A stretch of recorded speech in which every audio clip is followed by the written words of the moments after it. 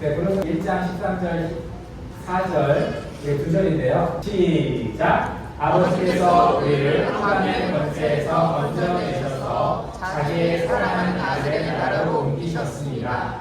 우리는 그 아들 안에서 구속 곧 죄의 사함을 받았습니다. 아멘. 오늘 제가 모신 선교사님은요, 브라질에서 30년 이상 사역하셨던 우리 귀한 선교사님이십니다. 나와서 하나님 말씀과 함께 선교 보고를 해주실 텐데요. 여러분, 우리 큰 박수로 우리 환영하도록 하겠습니다. 할렐루야.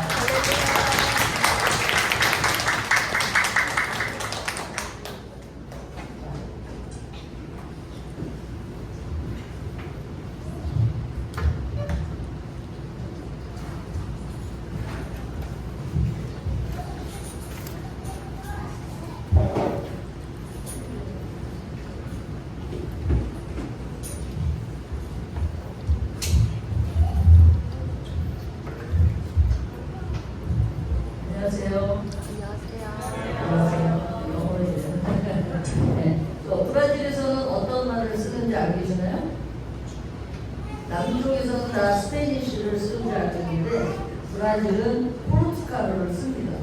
그래서 포르투갈어는 여기 빵이 포르투갈어 카페, 커피가 포르투갈어 말입니다. 네, 어쨌든 저는 이제 포르투갈어를 사용하면서 하고 있어서 영어권 문화에서 예를 함께 듣는다고 하니까 또 하나님께 감사가 되고요. 저는 서울신학대학 졸업하고 바로 92년도에 브라질에 갔다가 10년간 이민교회에서 청년들, 학생들 사역하고 이제 하나님을 부르시고 있어서 그냥 선교사로 가서 훈련받고 2003년부터 지금까지 사역을 하고 있습니다. 그래서 사역하는 걸 잠깐 보여드리고 또 하나 주일이니까 오늘 하나님 말씀을 잠깐 나누고 이제 제 시간을 마쳤으면 좋겠습니다. 한번 이게 깨졌는데 어쨌든 여기가 어디 뽑은지 아시죠? 네, 이거스 뽑습니다. 가보신 분 있으신가요? 네, 한번 오세요. 오세요 여기. 하나님 참가하신 정말 나이아가라 폭포하고 비교할 수 없는 폭포인데 그 지역에서 그 지역은 아니고 그 나라에서 사역하고 있습니다. 저희 교회는 저희는 저는 세 가지 사역을 하고 있는데 교회 현지인 목회 사역을 하고 또 목사님도 훈련하는 훈련 사역을 하고 또 신학교 학장으로 일을 하고 있습니다. 그 중에서 여기에 키 작은 할머니 한 분이 현지인들을 세우고 전도하고 싶어서 정말 있는 힘을 다해서 교회를 짓고 계셨어요. 60% 지어준 후에 이제 제가 선교사로 오니까 이 땅과 이 교회를 주면서 저렇게 완성되어 있진 않았지만 정말 좋은 지도자를 키워주시오라고 이렇게 교회를 주셔서 또 저희 교단의 소원을 통해서 완성되고 거기에서 신학교와 목회자훈련 학교를 하고 있습니다. 그래서 저희들 이제 세례를 주는데 세례 줄 때에 이렇게 그냥 이렇게 뿌리는 걸로 하면은 세례받는 것이 않다고 꼭 물에 들어가야 된다 그래가지고 이렇게 강가에 가서 침례를 하는 것이 저희 세례인데 청소년들이 많이 나와서 세례를 하고 또 중매기로 가고 있습니다. 저희가 이제 연합수련회를 통해서 일평생 하나님께 헌신하고자 하는 자들을 초청했는데 초청할 때 나와서 이렇게 무릎을 꿇고 평생을 주님을 살겠다고 하는 사람들 중에서 저기서 30%가 저희 신학교를 졸업하고 지금 사역자로 일하고 있습니다. 특별히 브라질에는 여기 카나다는 모르겠는데 브라질에는 아주 자유연애주의가 방송에서 그냥 연애하면 잠자리 가고 또 잠자리 가면 그냥 같이 동거하는 생활을 합니다. 그럴 때 정말 결혼식을 하게 하고 또 결혼 혼인신고를 정부에 하게 하고 교회에서는 세레머니를 해주면서 이렇게 정말 주님 안에서 평생 결혼해서 잘 살 수 있도록 하는데 특별히 이 두 분은 참 잘생겼죠. 굉장히 잘 어울린다고 생각하지 않습니까? 멋있죠? 이분들이 다 세 번째 결혼식이에요. 한 번도 결혼하고 산 적은 없지만 이분들이 그래도 이렇게 믿음 안에서 이제 만나서 정식으로 혼인신고를 하고 결혼하고 살고 있는데 저희 교회에 정말 나온 지 한 4년 됐는데요. 코로나 때 나와서 정착을 하게 됐는데 정말 모든 예배 빠지지 않고 모든 성경을 참여하면서 기도를 열심히 하고 지금 청소년들을 리더하는 그런 선생님들로 잘 쓰여가고 있습니다. 아래는 이분들의 결혼이 마지막 결혼이기를 늘 축복하고 기도하고 있고 또 그들도 이제 내가 이 남자가 마지막 나의 남자요. 이 아내가 나의 마지막 아내라고 생각하는 마음으로 살고 있습니다. 이렇게 해서 이제 현지인 목회를 해보니까 현지인 목회라니까 현지인 목사님들을 이해할 수 있어요. 우리 현지인 목사님들은 정말 어렵고 힘든 가운데 큰교회 목사님들은 뭐 헬리콥터 다니는 목사님도 있지만 대부분의 목사님들이 양복한 거래. 정말 봄, 여름, 가을에 똑같은 양복을 입고 성경책도 너덜너덜한 성경책을 가지고 다니면서도 정말 그 자신의 힘을 들면서 헌신하여 목회하는데 이게 이제 번영신학, 잘 되는, 복 받는 것만 이게 가르치다 보니까 참된 복음이 세워지지 않고 목회자의 영성, 라이프 스타일을 세울 수가 없는 거예요. 그 부분에서 이제 저희 서울시대 교수님이셨고 성교 국장가셨던 이강찬 목사님, 통역사님 이제 바나바 목회자 훈련원을 브라질에 세우고 지금 사역하고 있습니다. 그래서 아마존 지역에서 저희가 성교회가 8개가 있는데 첫 해에 제가 사파우로 지역과 아마존 지역에서 성교를 했습니다. 목회전을 했습니다. 세 번째 달에 성경 충만 사역을 중보기도 사역하는 건데 이제 여기 기도받는 집사님이 지금 목사님이 되셨어요. 근데 성령으로 방언을 좀 하게 해달라 충만 받아서 그렇게 해서 우리가 중보기도 했는데 방언은 나중에 받으셨는데 그날 밤에 간경화를 치료받았습니다.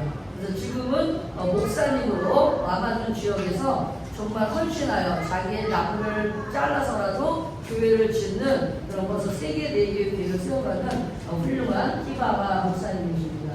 또 저희 쌍파울 지역, 저희 교회인데 교회 안에서 우리 쌍파울 지역에는 현지인 목사님들 총격파으로 1년에 한 팀을 만들어서 9개월간 매월 2박 3일씩 들어와서 공부합니다. 매월 주제가 있고요. 목사님들이 훈련을 열중하고 있습니다.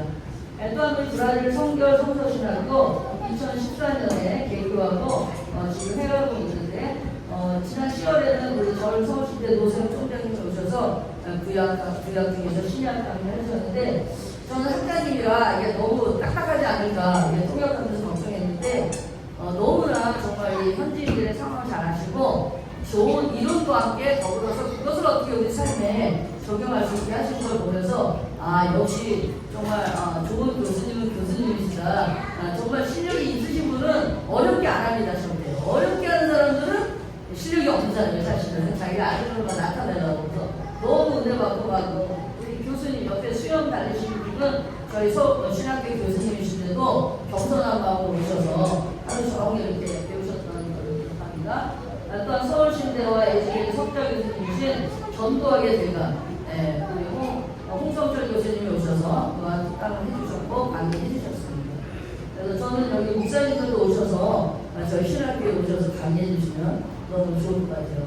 주님 허락하시면 오셔서 강의해 주시면 감사하고요. 저희 신학교에서 1호 목사님이 되면 1호 첫 번째 졸업자가 되면 한국에 가서 목사 수밖에 안 했다 그랬는데 이분이 이제 졸업을 하셨어요. 그런데 그때가 코로나입니다. 코로나니까 무비자였던 브라질 사람들이 비자를 받아야 되고 또 자가격리하는데 적어도 한 1,500불 이상 돈이 들어야 되는데 비행기 값도 그렇고 하나님 이걸 그냥 이분을 도와주는 게 낫지 않겠습니까? 어차피 제가 내야 되는 건데 그랬더니 하나님께서 네가 약속한 건 지켜라. 그래서 이분을 모시고 갔어요. 그래서 전 세계에서 딱 한 번 오셔갖고 우리 해외 선교위원회가 있거든요. 그날에 그래서 이분이 그때 안수받으시고 이게 3년 반 전인데 이제 2년 전에 2년 반 10개월 전에 교회를 개척하셨어요. 근데 영어사라는 마음이 얼마나 추천하고 기도하기를 정말 쉬지 않고 기도하는 목사님이세요. 그러다 보니까 정말 교회가 지금 벌써 70명 이상 모여서 이렇게 하고 특별히 마약 중독, 그 다음에 알코올 중독 이런 사람들이 주님께 노임을 받고 정상화가 돼서 이렇게 신앙생활하는 것을 보실 때 우리 브라질 성결 성서 신학교가 잘 하고 있다. 그런 생각이 좀 드는 것은 저희는 4년 동안 숙식을 합니다. 그래서 1학기에 4개월, 2학기에 4개월 숙식하면서 매 첫 달에는 성경 통독을 합니다. 그래서 신학을 우리 학교를 졸업하고 나면 적어도 8독, 방학 동안에 공부하면 10독 이상의 성경을 공부하고 매 학기마다 우리가 브라질 성결 성서신학교라고 했던 것은 신학적인 것보다는 정서 중심의 그런 신학교, 그래서 성경에 대한 것을 많이 가르치고 또 그렇게 말씀 전하고 있습니다. 지난 6월에는 이제 웰베치 목사님이라고 두 번째 목사님이 하게 돼서 한국 교단에서 오셔서 이렇게 졸업식과 목사식, 전도사 식주식을 이렇게 진행해 주셨습니다. 그래서 저희가 인원수는 작지만 계속해서 주의 종들, 정말 이 땅을 변화시킬 수 있는 하나님의 일꾼들을 변화하는 일에 저희들이 애쓰고 있고요. 하루 시작은 새벽 6시부터 1시간 이상 기도하고, 그 다음에 하루 4시까지 공부하고 밤 8시간에 모여서 또 1시간 이상 기도하는 그런 학교인데, 어쨌든 하나님께서 사람들을 보내주셔서 그 학생들이 끊이지 않고 와서 많은 인원은 아니지만 정말 한 사람 한 사람이 주님 앞에 세워지는 것을 볼 때 감사가 되고요. 어쨌든 많은 분들이 기도해 주고 있습니다. 그래서 지금은 오늘의 목회자를 비전과 능력으로 세우는 센터, 내일의 지도자를 복음과 성결의 불지로 훈련, 파송하는 신학교를 짓고 있습니다. 이게 조감도고요. 옆에 이쪽에 충분 많은 데는 저희 교회 모양인데요. 교회는 있어요. 그 안쪽으로 이제 그 뒤 땅이 있어가지고 이제 저희는 5층 건물로 주차장이 좀 모자라서 한층 올리다 보니까 5층 건물을 짓고 있습니다. 그래서 일단은 땅 속으로 들어가는 18m 땅에 그걸 뭐라 그러지, 공사했고요. 네, 그 다음에 이제 저희가 이제 그 위에 파운데이션이라는 것을 했습니다. 파운데이션 했고, 이제 제가 돌아간 후에부터는 이제 조립식으로 큰 기둥수를 만들어다가 갖다 딱딱딱 꽂게 돼요. 그러면 올 12월 안에 5층 건물에 프레임이 서 있는 것을 저희들이 보게 될 것입니다. 그래서 부탁드리고요. 정말 이런 신학교를 세웠는데 벽돌 한 장이 2달러, 1.5달러인데 그냥 2달러로, 여기 캐나다 달러로 2달러인데 여러분이 마음 가운데 자녀들을 위해서 여러분의 인생을 하나님 앞에 드리는 마음 가운데서 벽돌 한 장 2달러 후원의 주인공이 되어주시기를 주님의 이름으로 부탁드리고요. 예단교회, 소망의 교회, 귀하신 성도님들을 사랑하고 축복합니다. 아멘. 아멘. 네. 저는 이렇게 건축하는 선교를 안 했어요. 그래서 첫 번째 교회도 20% 지어진 걸 줘서 이제 지었고요. 그것도 한 단체에서 다 헌금해서 잘 지을 수 있었고, 그래서 모금을 나가본 적이 한 번도 없어요.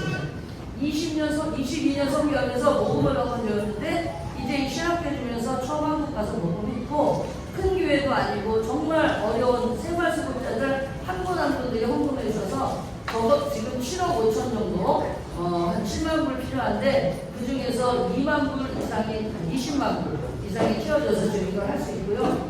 하나님께서 우리 현진 목사님 모시고 나갔을 때 모금도 안 했는데 헌금하신 분들이 있어. 시작된 건축, 하나님이 시작하셨구나, 알파와 오메가시구나, 이렇게 생각하니까 하나님 이 중간에 저희가 이제 금식하며 기도할 때가 있었는데, 왜냐하면 그 건축회사가 어려워진 거예요.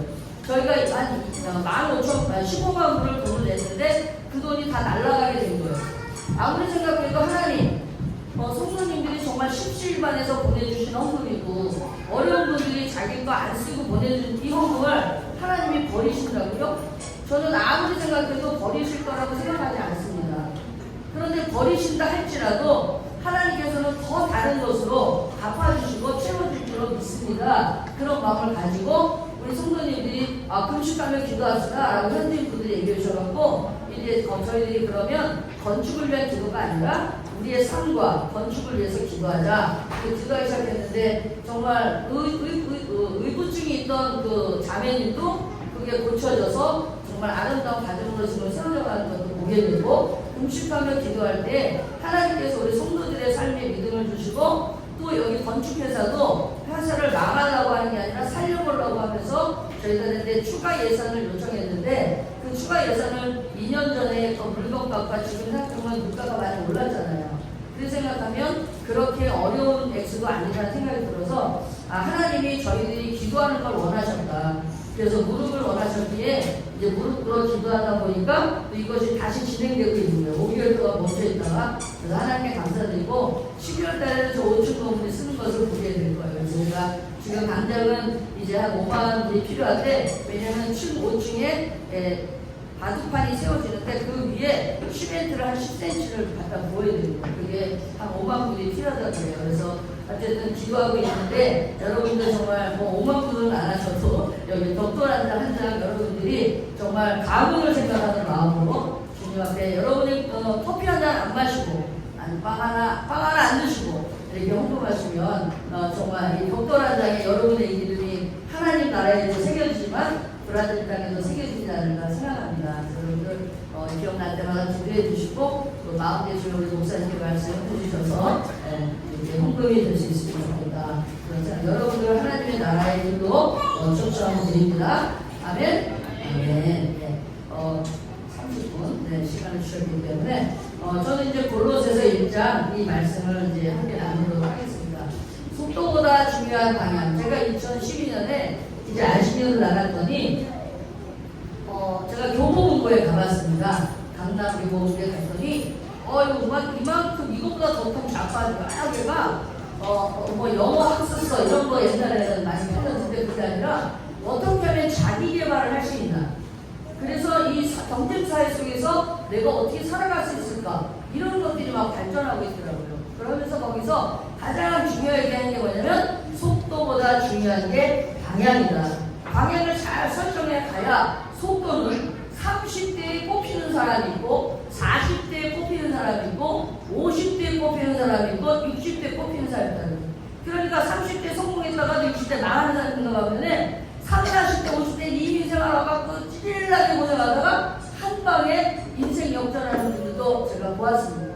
저희 브라질에는요 이제 그 원단을 들여왔다가 망했어요. 6개월 먼저 내려서 유행을 타지 못해서 망했는데 이분이 인생 역전을 하는데 메로나 아이스크림, 메로나 하드를 가지고 들어와서 이게 메로나가 잘 팔려가지고 브라질 저기 쌍벌 지역에 제가 한 40km 떨어진 곳에 있는데 공항에서 저희 동네도 메로나 하드 팝니다. 그 다음에 붕어빵도 팔아요. 그래서 붕어빵도 먹고 그러는데 그렇게 이제 하나님 인생이라는 게 우리는 모르지만 우리가 정말 주님이 원하시는 방향으로 걸어간다면 주님이 원하시는 데 우리에게 한방 또 하나님의 나라를 위해서 살 수 있는 그런 일을 이루어주시지 않을까 생각합니다.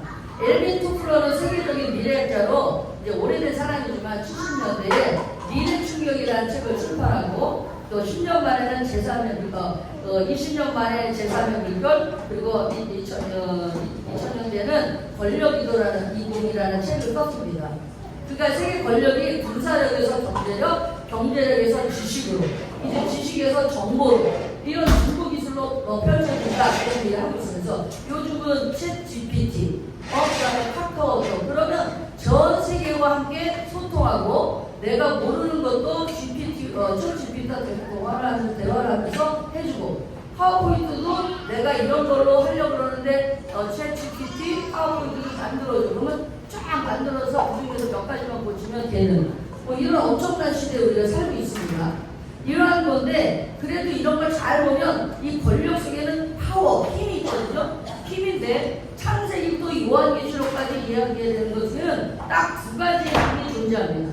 하나는 하나님의 권력, 그 다음에 세상의 권력. 하나님의 권력은 바로 하나님의 나라, 세상의 권력은 마귀의 나라, 사탄의 나라 이렇게 얘기할 수 있습니다. 그렇다고 하는데 오늘 성경 본문에서 이 골로새서는 우주적 기독론을 얘기하고 있어요. 예수 그리스도는 우주적 구주이시다.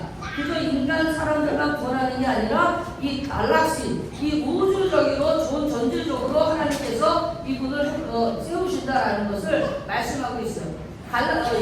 빌립보서 2장 11절에 11절에 보면 예수님께서 십자가에서 달려 죽으실 때까지 순종하여 복종하셨더니 하늘 보좌를 버리시고 복종하셨더니 그를 부활시키셔서 하늘 위에 있는 이름과 땅에 있는 이름과 땅 아래 이름이 다 무릎을 꿇고 찬송하게 하셨다. 그런 말씀을 합니다.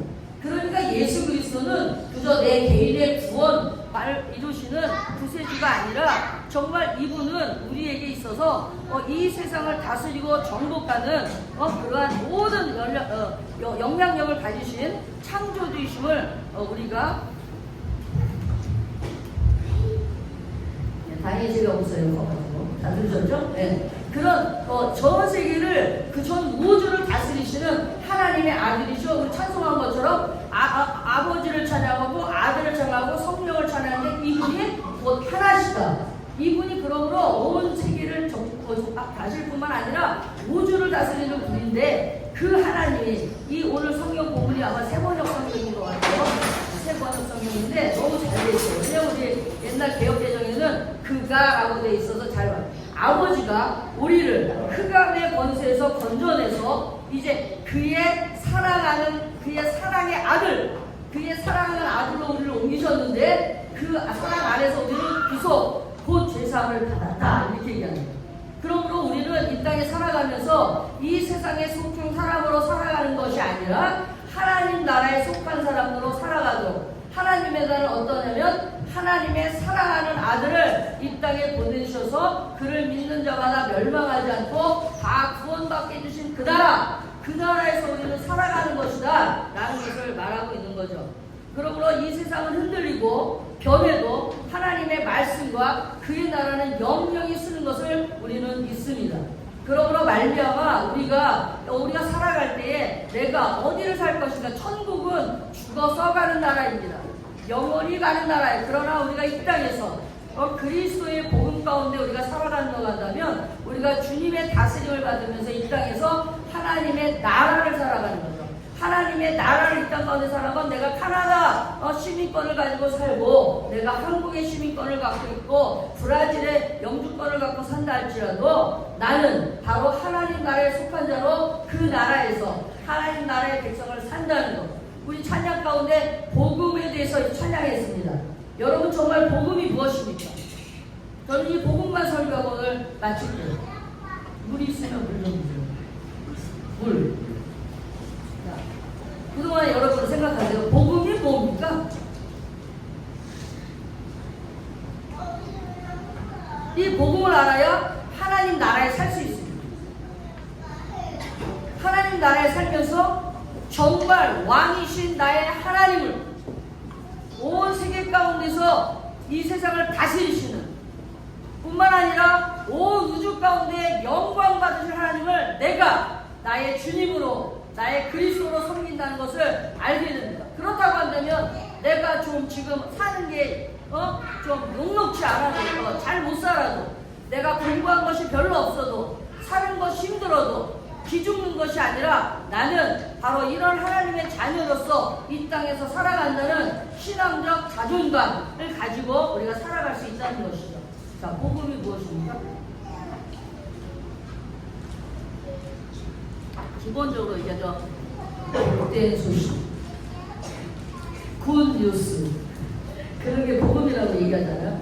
자, 여러분 제가 두 성경 구절만 할게요. 자, 요한복음 2장, 누가복음 2장 성경 없으세요? 안 열어줘야지. 우리는 성경을 덮어놓고 믿지 않습니다. 성경을 열고 믿습니다. 덮어놓고 안 믿어요. 열어야 돼요. 그 옛날에 오픈 성경이라고 했었죠? 열린 성경. 자, 누구는 찾는지 2장 10절과 11절 말씀.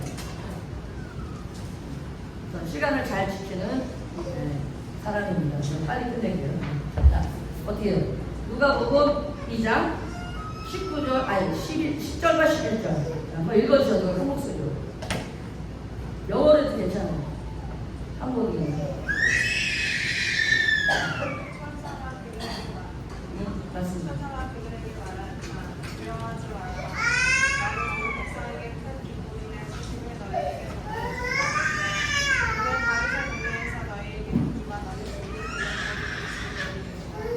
천사가 예수님이 태어난 날 베들레헴에서 태어나셨는데 천사가 나타나는 거예요. 그 목자들한테. 그러면서 온 민족에게 온 세상에 미칠 큰 기쁨의 소식을 내가 너희들에 전하는데 다윗의 동네 왕의 동네에서 구주가 나셨다. 구주가 나셨는데 그 구주가 곧 그리스도와 주시다라는 거예요.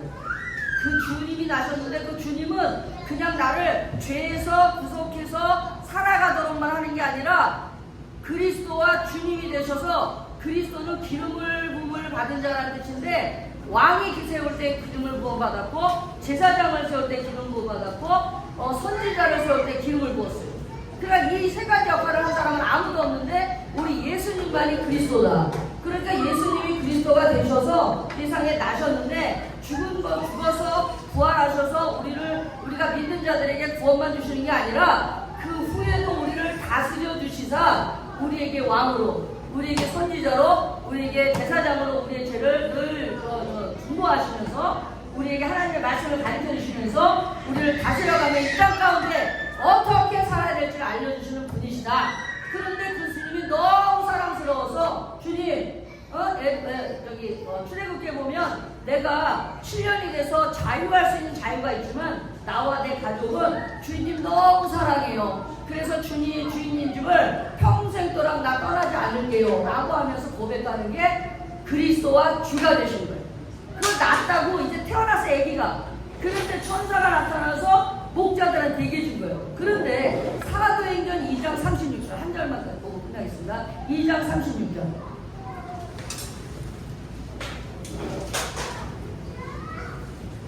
사도행전 2장 36절. 베드로가 사도행전 2장은 성령을 받은 오순절의 사건이 나요. 그때 베드로 한 사람이 설교한 게 기록되어 있지만 제가 볼 땐 모든 사도들이 자기가 받은 방언으로 설교했기에 아시아에서 온 사람들이 자기 나라 말로 그 땅에 있는 말로 다 알아들었어요. 그러면 베드로 설교만 여기 기록됐지 그들과 하나님을 예수님을 전했다. 그럼 베드로는 뭐라고 하냐면 2장 36절 한 분이 크게 읽어주세요. 컴퓨터 읽어보세요. 그러므로 이스라엘 온 지방 확실히 알아주십시오. 하나님께서는 여러분이 십자가로 아버지 예수를 주님과 그리스도가 되게 하셨습니다. 아멘. 자, 마귀는 예수님을 죽여서 십자가 공방에 죽여서 구주가 되지 못하도록 하려는 작전이에요. 그게 창세기 3장 15절에 나오잖아요. 네? 그런데 그거는 뭐 나중에 목사님한테 배우시고, 자, 그렇게 돼서 그런데 하나님은 그를 어떻게 해요? 너희들이 죽인 그 예수를 하나님은 그를 부활시켜서 바로 주와 그리스도가 되게 하셨다는 거예요.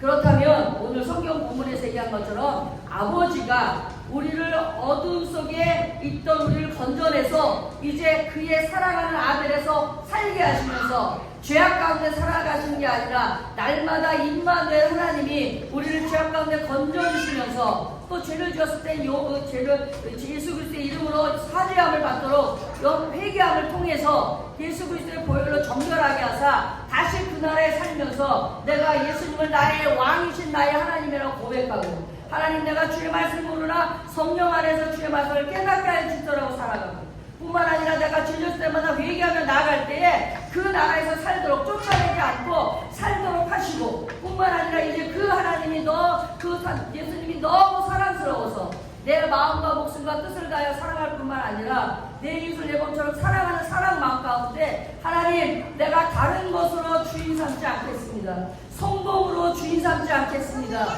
내가 잘 되는 것으로, 내가 부자 되는 것으로, 내가 행복한 것으로, 내가 돈으로, 내가 그걸 삼지 않고 내 주님을 주인 삼고 살아감으로 어둠 가운데 사는 것이 아니라 빛으로 이 세상에 오셨던 주님, 그 주님을 따라 살겠습니다라고 살아가는 삶이 바로 그 나라에서 하나님의 사랑하는 아들의 나라에서 사는 삶이라는 거예요.